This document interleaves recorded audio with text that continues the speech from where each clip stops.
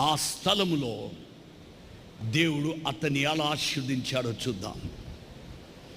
తనకంటూ దేవుని కొరకు, దేవునితో కలుసుకోవడానికి అతడు పెట్టుకున్న స్థలము తనకు ఎలా ఆశీర్వాదకరంగా మారిందో చూద్దాం. నానా, నీవు వేరే స్థలాలు నీకు ఆశీర్వాదకరంగా మారలేదు. జూదమాడే స్థలంలో నీ జీవితం పాడు చేసుకున్నావు. వ్యభిచారం చేసే స్థలంలో నీ జీవితాన్ని అనారోగ్యతకు ముద్ర వేసుకున్నావు.